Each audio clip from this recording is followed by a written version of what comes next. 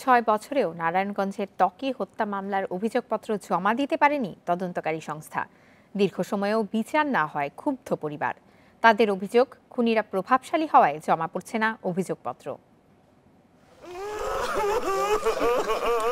২০১৩ সালের ৬ মার্চ বাড়ি থেকে বের হওয়ার পর নিখোঁজ হয় ও লেভেলের ছাত্র ত্বকী।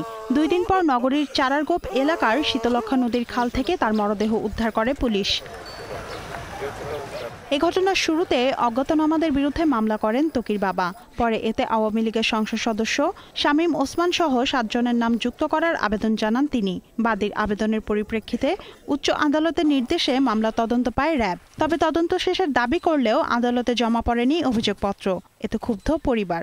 তদন্ত সংস্থা র্যাব তারা কোথায়, কখন, কেন, কিভাবে, কারা কারা ত্বকীকে হত্যা করলো সমস্ত রহস্য উদ্ঘাটন করে সংবাদ সম্মেলনের মাধ্যমে সারা দেশবাসীকে জানিয়েছে। এবং তারা বলেছে যে আজমেরী ওসমানের টর্চার সেলে ওসমান পরিবারের লোকজন তারা ত্বকীকে হত্যা করেছে। ঘটনায় জড়িতদের বিচারের আওতায় না আনায় ক্ষোভ জানিয়েছেন মানবাধিকার কর্মীরা। প্রভাবশালী পরিবার আইনের চোখে কোনো পরিবার প্রভাবশালী না, আইনের চোখে সব সমান।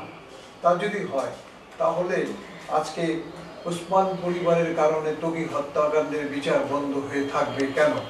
পাবলিক প্রসিকিউটরের দাবি, মামলার অভিযোগপত্র দিতে সংশ্লিষ্টদের তাগিদ দেয়া হচ্ছে। এগুলো মনিটরিং হচ্ছে এবং তদন্তের জন্য বারবারই তাগিদ দেওয়া হচ্ছে যে কেন তদন্ত করছে না, তদন্ত অগ্রগতি হচ্ছে না কেন, এই বিষয়ে মনিটরিং হয়ে থাকে জেলা প্রশাসনের কার্যালয় থেকে।